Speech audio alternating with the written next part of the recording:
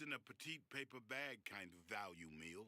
This is In the last 3 years, a wave of channels has emerged with the sole purpose of telling a story through recordings of video games. These often play into some sort of nostalgia factor through focusing on early versions of the game in question, or presenting each episode of the series as if they were re-uploads from a now deleted YouTube channel from years ago. I've talked about a few of these on my channel before, notably Brandon Works, a Roblox web series set at the tail end of the 2000s, surrounding a user named Ozolog who documents the loss of his online friend to a doomsday cult that believes they'll be reborn, by exploring his games that document his worsening situation. There's a lot of intrigue that comes with cryptic YouTube channels where something ominous is clearly going on beneath the surface. Today we're going to be analyzing the most interesting channels to come out of the emerging phenomenon of Minecraft ARGs. Something I should bring up is that I use the terms ARG and web series interchangeably. ARGs usually have elements outside of YouTube such as offsite links, downloads, or real-world clues, and web series are usually based solely around deciphering clues and unraveling a story found in YouTube videos. Minecraft's early versions were incredibly different. Despite sharing many core components with their modern counterparts, at the end of the day, you're not the village within your first night of exploring all sorts of structures, new biomes, but in the beginning and during the first playthroughs of many older players, these aspects were replaced by a vapid world with a dreamlike terrain, only giving you 10 minutes to gather enough resources to survive the night that you couldn't skip. This, coupled with the addition of spooky music discs and eerie cave ambience less than a month apart, culminated in the creation of urban legends through the Minecraft forums at the tail end of July 2010. It started off as a small set of forum posts and YouTube videos playing into rumors of a set of white eyes lurking in the depths of dark caves, and over the next few months it evolved into the iconic character that is Herobrine. Not just supposed dead brother, a version of Steve with two blanked out eyes, a figure that stalks and tampers with your world, and a feature that Mojang just couldn't remove. I talked about the origin of the Herobrine myth, originally called White Eyes, in a video last August if you'd like to hear more specifics. The rise of the Herobrine myth coincided with the explosion in popularity that creepypastas as a whole had seen. Slenderman, Tails Doll, Jeff the Killer, Smile Dog, etc. Adding on to it, back then the myth of a player lurking in single-player worlds suited Minecraft because of its calm, quiet emptiness by default. This made Minecraft a great fit for another addition to the rising trend of creepypastas and urban legends surrounding haunted games. This is where our first web series comes in. The Brief History is a YouTube channel that was created in November 2010. There are only 3 videos and the series was never finished. Very quickly, the influence of Marble Hornets formatting and the Herobrine mythos becomes crystal clear. In the introduction video, a man named Hector explained that his friend introduced him to the game Minecraft, and as a result, he started watching playthroughs of Minecraft on YouTube and learning about the game's history. After making an account on the Minecraft forums, Hector received a private message from a user named Herobrine, with no avatar or signature. The message contained a link to a bootleg Minecraft download simply called Minecraft.exe. Upon opening the game, it booted straight into the game and simultaneously opened a notepad file. The text file had a jumble of text with the phrase "uncover the history" hidden within it. Hector was confused about 2 things. It didn't show him a launcher like Minecraft usually would, and the version number supposedly displayed as 0.0.0_0. Later the same day, Hector uploaded the first of 2 entries. In the video, he describes his first experiences attempting to play the strange copy of Minecraft. He's greeted by jumbled splash text, and upon starting a world, it seems that there's already been activity in the world. After a minute and a half of exploring the world and gathering wood, Hector finds a cave. Upon attempting to enter the cave, Hector's game crashes. After, he says, "I don't know who dug that cave and left dirt. I think this patch has more to it." The video ends. There are 2 things that I should make note of. 1, the version doesn't say 0.0.0_0 at all. And 2, the cave seems to be like any other automatically generated cave. Entry 2 starts with Hector saying, "Warp. I didn't hesitate to restart my game, and I wish I did." Entering the world, he's back to the spawn point with the same amount of items that he had before. In front of Hector is a sign with laughter onomatopoeia written on it. Hector digs 1 block down and finds a cave with signs, redstone torches, and a portal to the recently added nether dimension. The sign tells Hector to turn back, but instead he walks further into the cave and enters the portal. The entering nether text is replaced by the stuttering text, "Your choice." Instead of the nether, Hector is placed in an inverted version of the overworld. He spawns on top of the hill and we can see things moving around in the distance, but it's unclear what they are. Though it's dark and pixelated, we can see that when he descends the hill, he finds a sign that says something along the lines of "Let's play a game." Hector's game crashes and he explains that he blacked out after recording. This is the end of the final entry.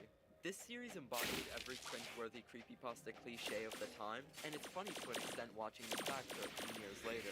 To be fair, the series is very old. Ben Drowned Slenderman and Marble Hornets were relatively new, and the brief history even predates the Sonic.exe and NES Godzilla creepypastas. The brief history went majorly unnoticed, and it's not very good, but it's important because it's the earliest known example of a web series surrounding a haunted Minecraft world. Many web series follow this formula, which is understandable considering Herobrine is synonymous with the concept of horror in Minecraft.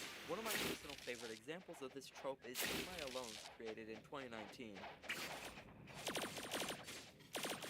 Am I Alone is a web series consisting of 4 videos documenting a player's run-in with an invisible entity, initially assumed to be a bug or an unfinished enemy. As we'll see throughout the video, tons of the emerging Minecraft AIGs focus on mysterious entities haunting players' worlds, and at a first glance they often come off as uninspired and rather boring. Though I believe this is one of the most creative examples of the trope. In the first video, the player is confused about what the entity even is. We are years ahead of the last series.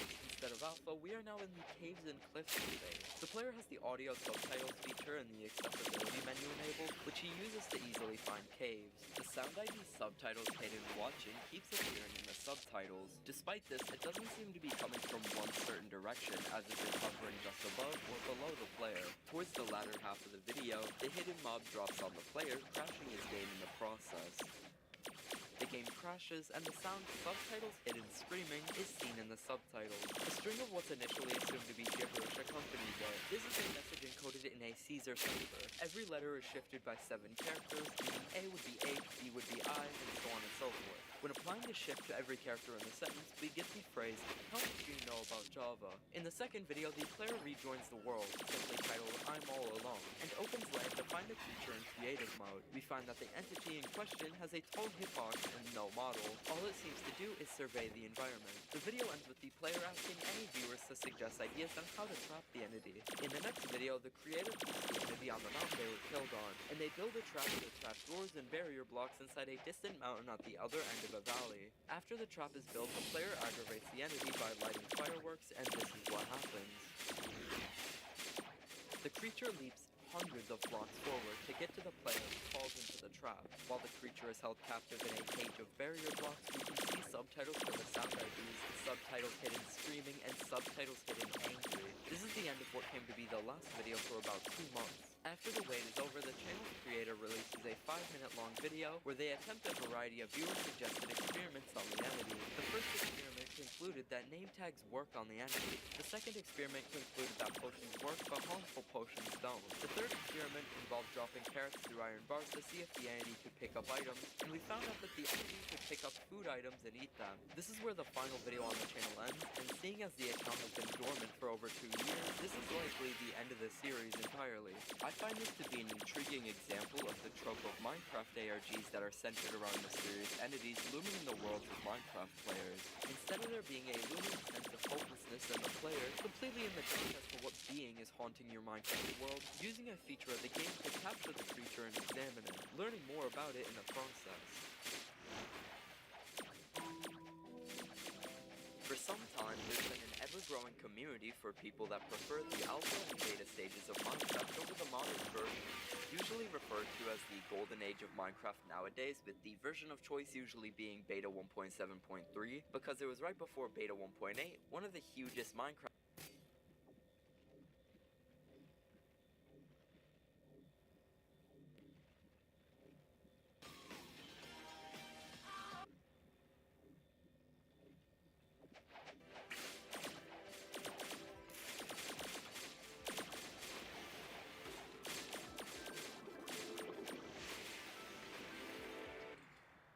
craving for the early Minecraft days? Let me guess, 100 days wasn't enough to scratch that nostalgia.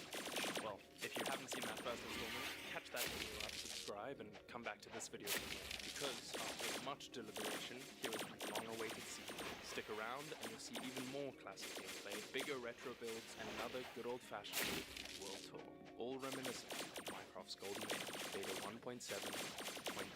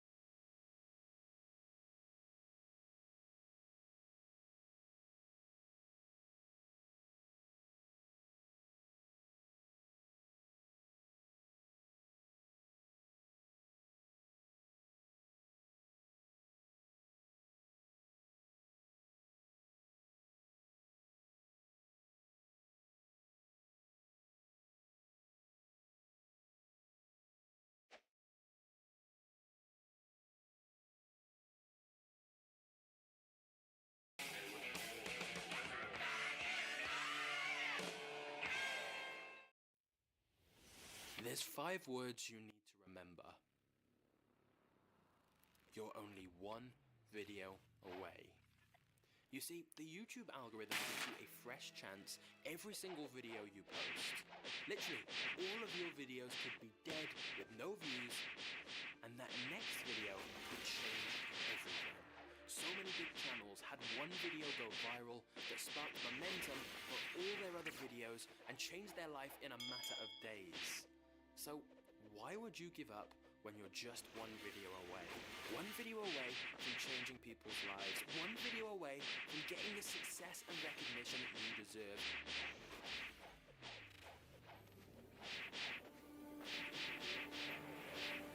One video away from making more YouTube ad revenue than you could ever dream of. Speaking of which, don't buy into this starving artist narrative about YouTubers that some people push. Here's Graham Stephan's YouTube ad revenue from just last year. And by the way, ad revenue is one of the smallest income streams from YouTube. There's so many other ways to monetize. I'm not saying these results are typical, but just look at someone like 9-year-old Ryan Cagey, who made an estimated $30 million from his YouTube channel last year. YouTube can genuinely change your life and allow you to change other people's lives too. But it won't if you give up now. You know, it took me over a year to get my first 1,000 subscribers. Like a year and a half. It took like almost a year to get the second 1,000. And the fact that I just gained 1,000 subscribers in like the last 11 days, and from 4K to 5K in like 12 days, and 3K to 4K only took 19 days. It's awesome. You know, I never thought I'd be growing. The crucial thing that separates those who succeed is that they keep going. They keep improving. They smash through that brick wall and don't give up. It's like a test, and only the persistent will pass. Because the truth is, even if it feels like you've got nowhere so far, you've definitely improved and leveled up from when you started. You might not have the results you wanted, but that work isn't wasted. You've been learning along the way, and even if you have just one subscriber, that's a total stranger who loved your content enough to want more of it, which in a sea of millions of channels is pretty impressive in itself. So don't get distracted by the big numbers from channels who've been doing YouTube way longer than you have. And also don't forget, even if a lot of your videos haven't worked out, it's pretty common that the YouTube algorithm can suddenly start pushing videos from months or even years ago. Just because a video hasn't done well yet doesn't mean it won't. I've seen this with some of my own videos. Nothing. And you can see this with countless other creators as well. Just look at James J, who got 400 subscribers in 5 months, and 250,000 subscribers in the next 2 months. YouTube growth is exponential, not linear. Things can change very rapidly. So keep going, keep learning, and don't forget to thank me when you get your award from YouTube. However, whilst this hopefully got you pumped up to make more videos, if you want to know how James achieved such crazy growth so fast, check out this video I made on him. It will give you some more practical steps for YouTube growth, so you can hopefully beat the YouTube algorithm yourself. You can also grab our free YouTube business blueprint from the description below, so you can start monetizing even with a small channel. Best of luck. You got this. Sir, would you like to earn income while learning how to code? Yeah, dog. More about that? That's so earn income while learning how to code by helping you acquire paid feeds for fundamentals with years of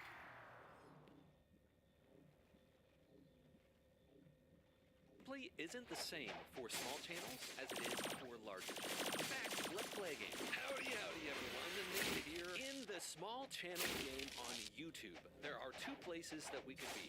We can either be hidden and struggling forever and ever, or we can be visible and do specific things to get out of that hidden place forever. You see, as I've been recently working with hundreds of YouTube creators, one-on-one, having access to the analytics of the channel itself, a few things have started to become very clear to me. Number 1 is that small channels have different rules.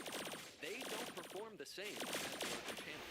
In fact, I'm going to give you some examples of how the rules are different for smaller channels. On this channel that you're watching right now, when I upload a 4K video, a high-resolution video, which all of my videos are, it takes about 2 minutes for that video to process before it is essentially ready to publish.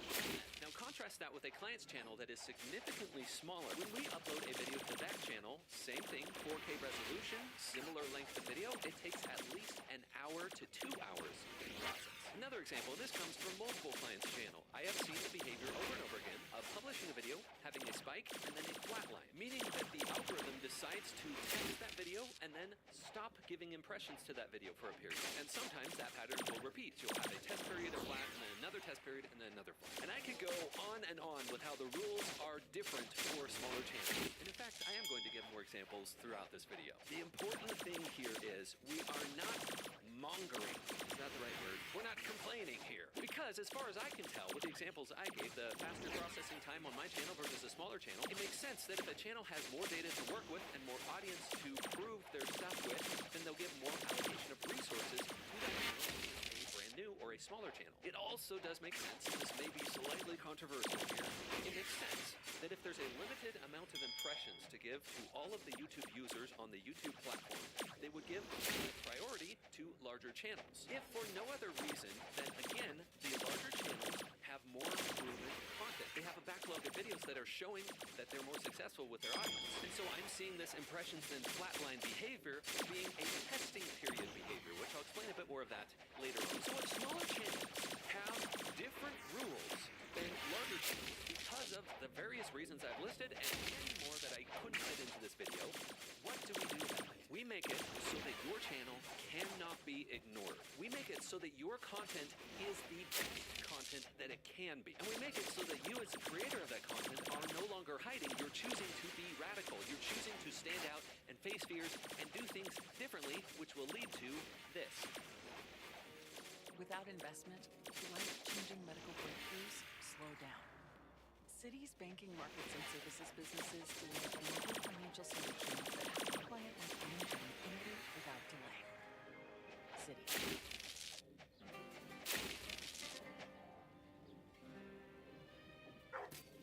Visibility. All right, so how do we combat these different rules that small channels have? We do it with this, focused data. What we need to do here is give the algorithm, give the YouTube platform more data. And if you want a real human way to explain that, it's more videos, it's more content. No matter where you are with your small channel at this point, if you find ways to give more videos for the algorithm to test, it's almost always a positive thing. As long as those more videos are still quality videos, as quality as you're capable of. So I hear you. You're watching this and you're thinking, Nate, I want to give more videos. I want to do more of these things. I want to give more of this focused data to the algorithm, but I'm just booked up. I have thought long and hard on this, especially since it's something that I myself have struggled with. There is a book that I read or more listened to recently that absolutely transformed how I looked at this. I'm going to put a link to the book in the pinned comment if you want to get it for absolutely free. But in that book, it describes the concept of dropping everything else intentionally,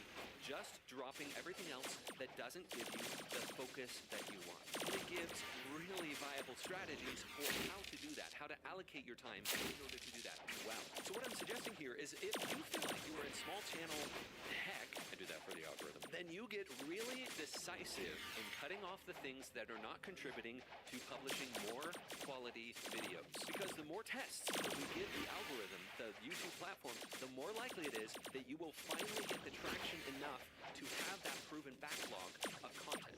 It's going to work. And if that is your goal, to get out of this small channel heck forever, drop everything else and do this. All right, the next thing that hidden is this. Boop the like button on this video. How did that get in here? Oh my goodness, how did that get in here? But really, if you're liking the presentation of this video and it's being eye-opening and helpful to you, I'd love if you boop the like button on it. Thank you for doing that. But really, here's the next thing. Every small channel faces this. Audiences literally act different around small channels than they do around large channels. And this has much less to do with the YouTube platform itself and much more to do with human psychology, which the YouTube algorithm tends to follow. You see, for small channels, audiences act, I put strange because that was the shortest way I could say of they act differently in a lot of different ways. Like, for example, the types of people that are willing to comment on a brand new channel on a video without many or any other comments are are very different than the types of people who are willing to comment on a video with lots of comments. In fact, let me give an example. Have you ever been to a farmer's market where there's a lot of people selling stuff, and they've got their booths set up, and they've got stuff all set out on the table, and they've got their price tags, and they're just kind of sitting there expectantly? Have you ever been to one of those? How do you, as a person meandering around this farmer's market, behave differently in front of a booth that has a bunch of people crowded around it versus a booth with no one in front of it? In fact, you can see the person sitting behind the table at the booth, and they make eye contact with you a mile away, and you make eye contact with them, and you're still a mile away from them, and you're walking up to it. How do you act differently? There's too much pressure. It's the same thing as when you go to the mall and you walk into a clothing store and there's like 5 employees and 1 of you. You feel like you're going to get ganged up on. It's not a direct parallel, but there are more parallels than you might think between those two scenarios. That I just explained, and smaller audience behavior. So the audience that you get are the type of audience that are okay with being early adopters. They are okay with being the only person at this booth looking at your trinkets. They have the time of day to do so, meaning they are willing to take a bit more of a chance with you versus a large people that is proven that they know how to make quality videos that respect people's time. So they're willing to take a chance, but also they're often very into a niche. Further into a niche than the general or broader YouTube audience. Now, the algorithm does actually treat this differently as well. They give impressions somewhat differently for a small channel audience as well. How do I know this? Well, have you ever gone really into a niche? Like you've watched an extensive amount of videos on a certain specific topic or a certain niche, you've watched a whole bunch of them in a row on YouTube. Have you ever gone back to your home screen on your mobile or desktop and seen small channels pop up, like videos with 15 views on them? My theory here is the more an audience member shows they're deeper into a niche, the more likely the algorithm is to show smaller channels videos to that niche, which is one of the arguments for the so-called niching down, because you're more likely to appear to that niche. Okay, so real talk here. How do we combat the audience acting differently? We do it with this. Your channel just is smaller, and that is a fact. So it's actually greatly to your advantage to acknowledge that, and acknowledge that with your audience. When your audience comes to one of your videos and feels like, wow, this person is present, they're authentic, they're acknowledging where they are, and of course they're going to do great things in the future, they really respect that.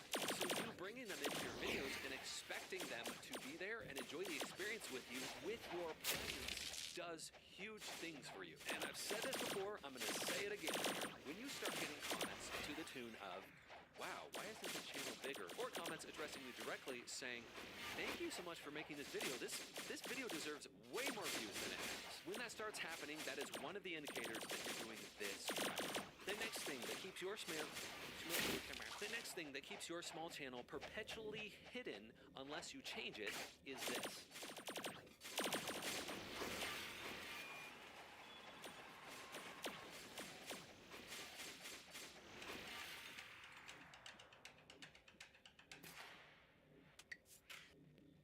Blind spots. I have a unique perspective here in that this is what I do, and I am interacting with creators like yourself along the whole spectrum, from brand new to very, very successful every single day. Across the board, when I sit down with someone, this is going on at least in some degree. You see, we all have blind spots when we're trying to accomplish something. There are things that we're just not seeing, or ideas that haven't been introduced to our mind or awareness yet. But this is exacerbated in smaller channels because we don't have as much data to work with. We don't have as much real-time feedback from the audience because our videos are more hidden. And that is a huge disadvantage unless you're able to intentionally get outside perspective. In fact, that is perhaps the number one thing that I see when I'm talking with creators like yourself. It's hard to know what to focus on or not. So how do we combat that? With this. What I am calling removing the box, or essentially getting yourself outside of yourself and your own creation bubble to see what's happening from a third-party perspective. Because answer me this, have you ever built a large YouTube channel before? If that's a no, then you're being able to see it before you build it will be a huge advantage for you. It's one of the reasons why I do my roast videos here on this channel, aside from them being all about heckfire and darnation. By the way, I don't have any issues with swearing. I just intentionally don't put them in my videos because it's just not my brain. But where was I? Oh yes, roasts. It's one of the reasons why I like to show as many real examples as I can, because it allows me to put you as a viewer outside the box and deconstruct what I am seeing as a third-party perspective. So what you need to combat these blind spots is to get outside the box, to remove the box and get outside perspective, outside thought patterns. I have a video in the works about this very thing. Collaborations and getting outside perspectives on what you are producing. I am going extensive with it, using real examples and real processes that I have used with great success. So I am going to put that here when it's ready. In the meantime, let's focus on this one. Focused data. What are the next most important focuses we can do to give the algorithm as much of the correct data as possible? In order to do that, you'll watch that.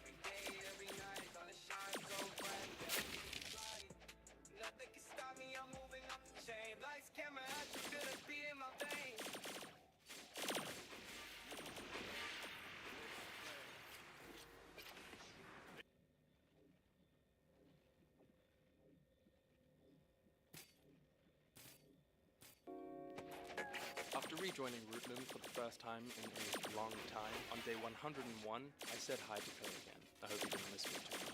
I marveled at my bridge I built in the first 100 days and chucked some cobblestone into some furnaces, as I already had a new build in it that would require some smooth stone. But the first thing I wanted to do on this beautiful morning was address a comment that kept getting brought up in the last installment, that I didn't build the infamous Herobrine spawner correctly. Supposedly, there was supposed to be a mossy cobble block underneath the nether.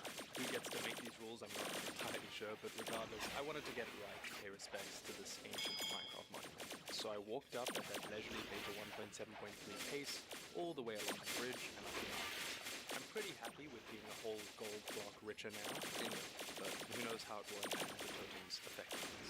Not wanting to waste any more time on my first day back, I grabbed all of the cobble from home and meandered up to the mountain the bridge connects up to. The plan was to clear out a space on top of the mountain to put a little castle/kingdom wall around. What I'll end up building in the walls, I'm not entirely sure yet.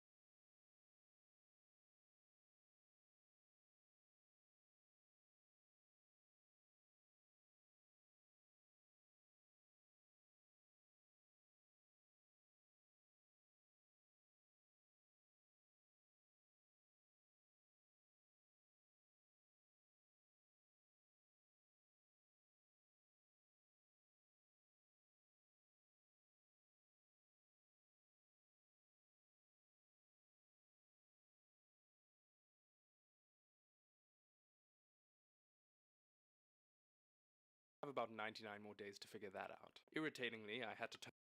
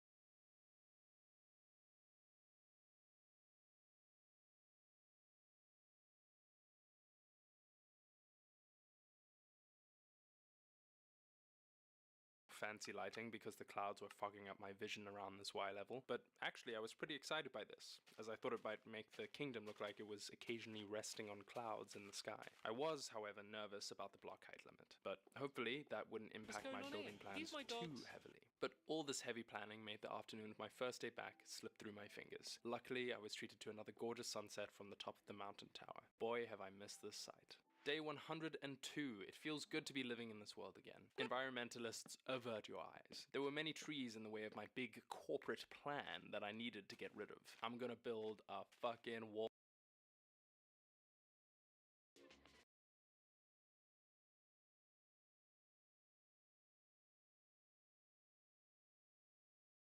No, I'm just kidding. A target. When I began cutting down bigger trees, I realized how irritating it was going to get to flip back and forth between fancy and fast lighting because I couldn't see the wood blocks of the tree I was trying to get rid of stuck between the leaves. I sympathize more with deforesters every minute more I play this game. The view from up on this mountaintop is exquisite. I feel so lucky to be working on a big project in such a beautiful location in this old version of Minecraft. On day 103, I connected the would-be wall to the tower to make the beginnings of an entrance into the future walls of this mountaintop kingdom. I then followed the lay of the land to start creating an outline for the kingdom wall, waking up on day 100.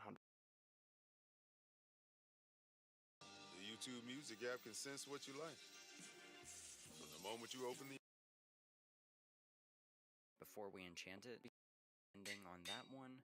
So now the outline of the wall. I'm still constantly so enamored by how nostalgic the bright green grass texture always makes me feel when I'm playing beta with fast graphics on. You'll notice I switch back and forth between fast and fancy graphics in these recordings for all the reasons I've mentioned earlier. I hope it doesn't bother you too much, and comment down below which you prefer. You can probably tell that I'm literally cutting corners. Mining for cobble isn't something that I want to spend all of my time doing, and I know these walls are going to be fairly tall, so eat with the climate.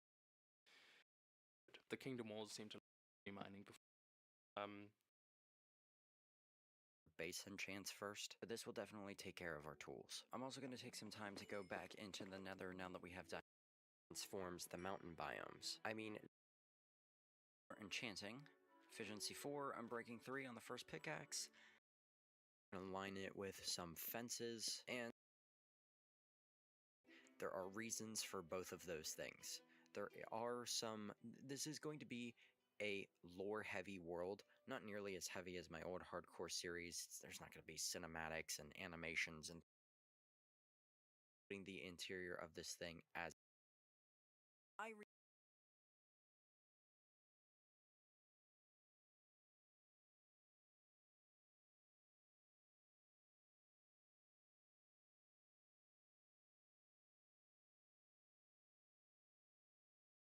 building and recording my hardcore Minecraft series has officially come to an end. I'm not going to dwell on this for too long because honestly, random symptoms.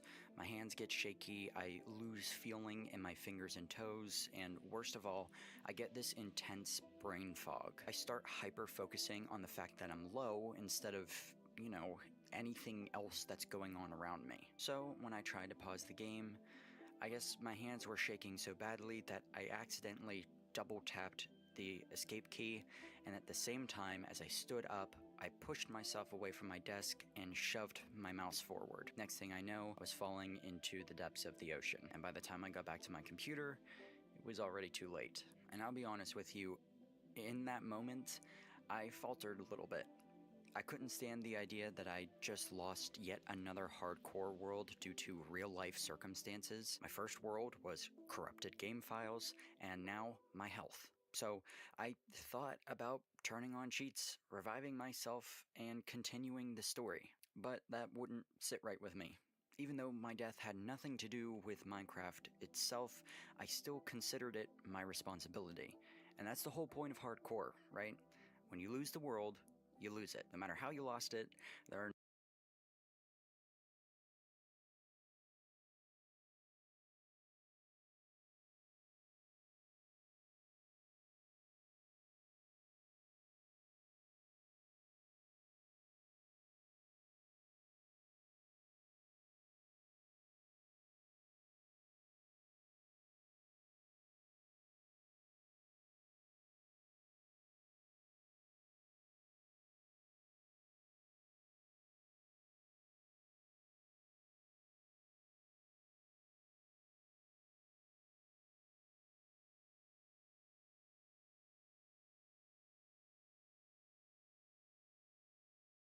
way to get more views on your old YouTube videos, and the best part is it's free to try. This seems dumb, but it literally guarantees you 1,000 subscribers. And I used it on this channel to go from 0 to 1,000 subscribers in only 30 days. Now, you've probably seen small channels like this, and this blowing up with only one video. It isn't luck. It all comes down to a dumb but simple trick that anyone can do on their channel in around 5 minutes. And I'm about to show you how to use it on your channel to finally escape the small YouTuber trap forever. Just like this channel who went from 0 to 1,000 subscribers in 30 days, or this guy that got monetized in one video, and just like this channel who recently hit 100,000 subscribers by using this exact same strategy. Because I'm on a mission to help over 1,000 people hit their first 100,000 subscribers by showing them what actually works on YouTube completely for free. And in the next 10 to 15 minutes, I'm gonna show you the dumb but effective strategy that you can copy and paste on your channel to get 1,000 subscribers fast.